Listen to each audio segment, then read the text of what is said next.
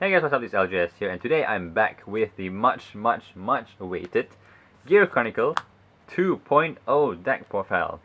So GPTO2 came out quite long ago, and I know that Gear Chronicle got support, and there's supposed to be a sort of 2.0 version of the build, but I never really got to it because I was quite busy back then with a lot of stuff, and the thing is, with Gear Chronicle's new support, things got a bit weird because there were some issues with the soul and trying to balance out soul use, counterblast use, and getting a deck together. So it took me a while to sort of get the kind of build which I am happy with. So with my first 1.0 build, if you guys didn't see it, that one is sort of more focused towards the interesting aspect of guard control, which I find interesting in Gear Chronicle. In GPTO2, they had more guard control support, although I find that the guard control support in set 2 didn't quite jive well with a lot of the supports it previously had. There was some resource, they were fighting for resources like soul and counterblast. So I decided to just go for a generic control build with some guard control ability. So yeah, so this is the deck profile of that. So for a starter, I go for Gunner Gear Draco Kid. So now a lot of you guys, some of you guys will argue that it's better to run the grade 3 Searcher, but honestly I think he's slightly better because he's more consistent. So his skill is Generation Break 1, so it has to be after you stride. Counterblast 1, put in your soul, and search your deck for any grade 3 and put in your hand. So you may think, oh, I can use this to prevent grade stuck. Nope, not really. His skill is Generation Break 1, which means you must stride at least once, which means you must be at grade 3 already. So he does not help you get grade stuck. But the reason why I choose him over the grade 3 searcher is because number 1, he's 5k base. So basically in turn 1, turn 2, or turn 3, when you boost, your opponent won't go, oh, 10k, no pass. So at least they have to go 10k, 1 to pass. So they are less likely to just randomly guard it for no reason. And so 5k is at least a much better booster. Secondly, he allows you to search your whole deck for a grade 3. So he is consistent in actually helping you find a grade 3 you need. So that's why I run him. Next, for the grade 3s, run 4 Chrono Jet Dragon and 4 Fate Wheel Dragon. So this time I don't run Legion because I find the Legions, well, I think Fate Wheel works better in a sort of more control-y deck. And Legions, the new Legion guy, his skill is a bit dependent on, it's a bit inconsistent because it depends on having certain conditions met, which I'll explain later. So yeah, his Chrono Jet skill he's your main grade 3. You definitely want to write him for sure. If you can write him, make sure you write him because he's your main grade 3. So his skill is, first one, when you stride on him, counterblast 1, and you rewind one of your opponent's rear guard. So rewind just basically means put one of your opponent's rear guard at the bottom of his deck. So rewind, reverse time, oh yeah. His Generation Break 2 skill is, on the other hand, when this unit attacks the Vanguard, he gains 5k and your opponent cannot call grade 1 or greater. So basically he's a Glory Maelstrom effect, Generation Break 2, and he gains is basically for free. Now, Fate Wheel Dragon is your secondary grade 3. So basically his second skill is when you ride him, counterblast 1, soul blast 1. If you do, you can rewind one of your opponent's grade 1 or less rear guards. So basically when you ride him, you can rewind a card, so it's useful. His second skill is the Generation Break 1 skill. Counterblast 1, when this unit attacks the Vanguard, you can pay the cost. If you do, your opponent cannot call grade 0 cards from the hand. So basically he's a Silent Home effect for a cost of counterblast 1. And well, it's pretty good because it's a guard restriction, but it costs 1 counterblast. Well, another grade 3 you can run, which I personally don't like running because it's him, this guy. So his skill is basically when he's in Legion, and if one of your opponent's rear is rewind, he basically gains a guard restriction skill. Basically your opponent can't call grade 1 or greater from the hand to Guardian Circle. So his skill is almost the same as Chrono Jet. Basically your opponent cannot perfect guard when he attacks, but it requires you to have rewinded in that turn. So the only card that allows you to rewind in that turn consistently is him. So it's quite dependent on having him on the field, which I will get to later. And the thing is, his mate, I think, is a very bad card because basically the mate skill requires you to be in Legion. So he is actually a dead card in any other turn if you're not in Legion. So right now, Gear Chronicle, most of Gear Chronicle support requires you to stride, and it's all focused on stride effects and Generation Break skills. So having a Legion requirement in a stride focused clan is a bit weird, so I don't run him. But yeah, anyways, so that's grade 3s. So grade 2s, I run 4 Steam Fighter Ember. So Ember is your rewinder. So basically, Generation Break 1, if he attacks and he's boosted, you can counter blast 1. If you do, you can choose one of your opponent's grade 2 or less rear guard and rewind it. So he's around 4 because he's very useful skill. I find rewinding pretty useful because it's a control based strategy. So run 4 of him. Next, I run 3 Mechanized Gear Tiger. So yeah, he is an interesting choice. His skill is when he attacks the Vanguard, if you have a G unit on your Vanguard circle, you can Soul Blast 1. If you do, he gains 5k. So he is very useful because in Gear Chronicle, almost every single turn you will be striding. And almost every single turn you have a G unit on your Vanguard circle. And if you have G unit on your Vanguard circle, he is basically a 14k attacker every single turn. And if you boost him with a 7k booster, it's a 21k column. So having a powerful column is very useful. So he's a good target to dump triggers on. So you just dump crit triggers on him. Your opponent will be like, oh my gosh, 31k 2 crit. I can't guard. Yeah. Next, I run 2 Glimmer Breath Dragon. So Glimmer Breath Dragon is a interesting choice for me to run because honestly, I think Glimmer Breath Dragon is not really a good card because number 1, he requires your Vanguard to be Chrono Jet. So his skill will not work if you don't have Chrono Jet. So basically his skill is when he's placed on Vanguard circle, if you have a grade 3 or greater Vanguard with Chrono Jet in his name, Counter Blast 1, Soul Blast 1, and rewind one of your opponent's grade 2 or less regards, and he gains 2k. So he's useful if you have no boosters. So on the turn you call him, he's 11k attacker, and you can rewind. And yeah, but I only run 2 because mainly because he needs you to have Chrono Jet Vanguard, and it's a bit inconsistent.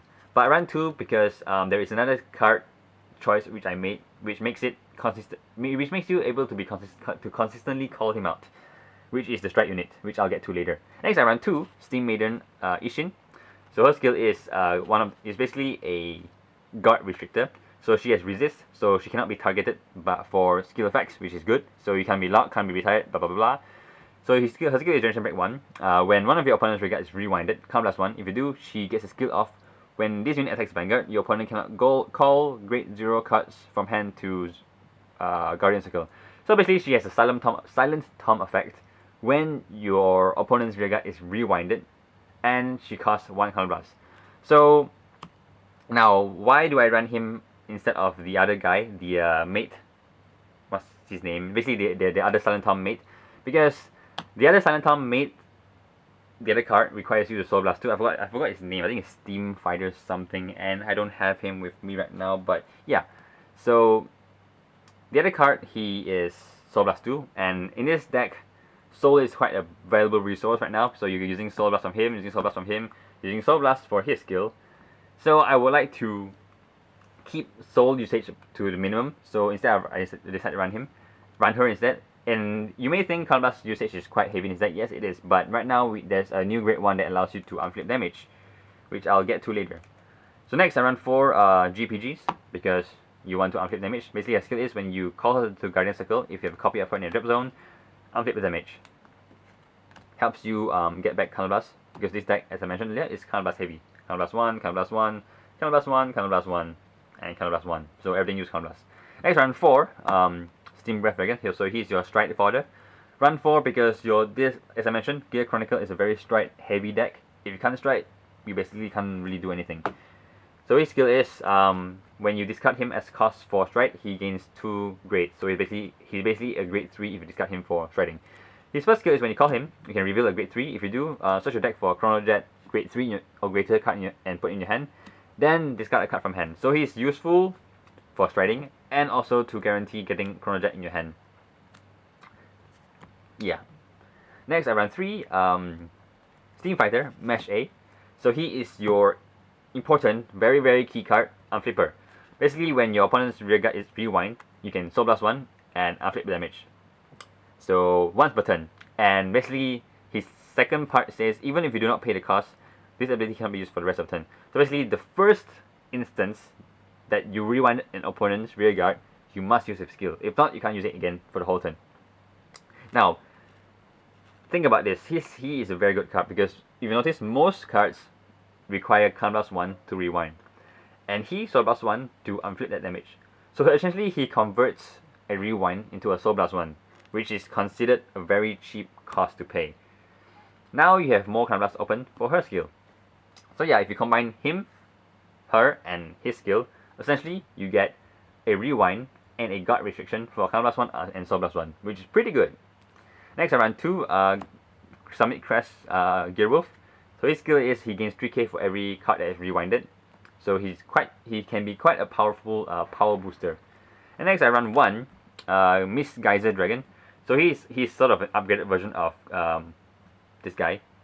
So his skill instead is whenever a card is rewinded, he gains 5k. With the drawback that he's 6k base. But gaining 5k is pretty good. So if you rewind more than 1, you gain 10k or more. So he can be a very big power booster. But I only run 1 because not every turn you'll be rewinding a lot. So on turns you rewind a lot, use his skill. Next for critical trigger, I run 4 Heart Trump Worker. So he is the new double rare critical trigger. So basically his skill is when your Vanguard attacks, if you have a grade 3 or greater Vanguard with Chrono Jet in its card name, you can put him in the soul. If you do, your Vanguard gains 5k, and you draw a card. So he is useful if you have a Chrono Jet Vanguard, and you can basically convert him into a free 5k boost, draw a card, and basically he helps you fuel your soul. So this deck requires a lot of soul, so he is one of the soul fueler guy. Next, around 4, Lucky Pot Dragon Kid. So his skill is basically the Margal clone. Put him in the soul and you give 1 rearguard 3k. So he's another of your card that is useful for fueling souls. So now you have 8 cards that can go into the soul to fuel Mesh Air skill and all your other skill that require soul. And after next I run another 4 crits and 4 heals. So total of 4 crit, 4 draw, 4 heal. For G unit, this is a bit of a big choice because Gear Chronicle has a lot of strike units. So there's a lot of choices. So which one should you choose? For me, these are the ones I choose. So I run 1 Lost Age Dragon. So he is your on-hit rewind. So his skill is basically when he hits a Vanguard, you choose one of your opponent's rearguard and rewind it. So yeah. So he is there as your early game first strike. So early game, your opponent probably won't have many rearguards and his rearguards. So strike him.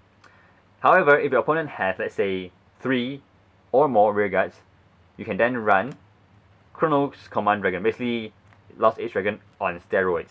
So his skill is, when his attack hits, you can Counter Blast 1, Soul Blast 1, discard a card, and basically rewind all your opponent's rearguards.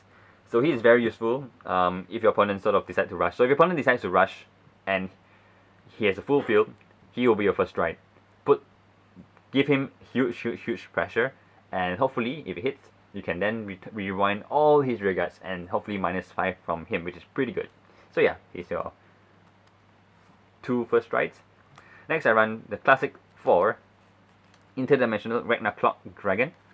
So he is a very good finisher, and I run 4 because I think he's a very good card. So his skill is when he attacks, Counter Blast 1 and Persona Flip. Basically flip him face up in your G zone. If you do, he gains 1 crit. So if you do, your opponent cannot call Great Zeros from hand to Guardian Circle, so your opponent cannot guard with Great Zeros. And if you have 2 or more face up G units in your G zone, he gains extra critical. So basically he's your mid to late game push, and he pressures your opponent to use up all his perfect guards. And lastly, this is a personal choice. I run 2 Fate Rider Dragons. So I run him because he gives the deck a certain amount of consistency, because his skill is, once a turn, you can choose one of your rearguards, rewind it, and if you do, search your deck for a card with 1 grade higher than that unit, and call it to rearguard circle. And it gains 3k and you can, for each face up G unit in your G zone, choose that many rearguards and it gains 3k. So basically, early game, he's useful to sort of get cards that you need.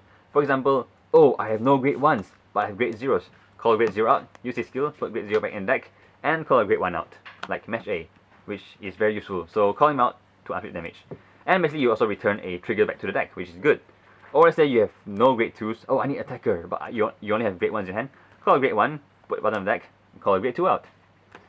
So he is very useful to call key units out into the field. And let's say for example, you have your Chrono Jet and in your heart, you can switch your upgrade one for him, and you can rewind another opponent's unit. So yeah, so he's very useful to fetch cards unit from your deck, and he's also a good finisher because his secondary skill is basically for every face-up unit, you basically can pump up that many units 3k. So yeah, so run 2. So yeah, so this has been my Gear Chronicle 2.0 deck profile. There are other 2 units you can consider, which is the Pegasus and the Epoch Maker. Although Epoch Maker I think is quite a bad card because it's on-hit skill and it's very meh. But if you want to use it, you can use it to do some awesome Shindo Chrono magic in the anime. So yeah, and you have Pegasus, which is useful because he basically screws up your opponent's rear guards. And actually, I have a deck idea which I want to use to run him. Basically, it's a for fun deck, which I'll deck profile maybe next time. So yeah, so this has been my Gear Chronicle 2.0 deck profile. If you like it, thumbs up. If you like my content, do subscribe. And this has been LGS, and I'll see you guys next time.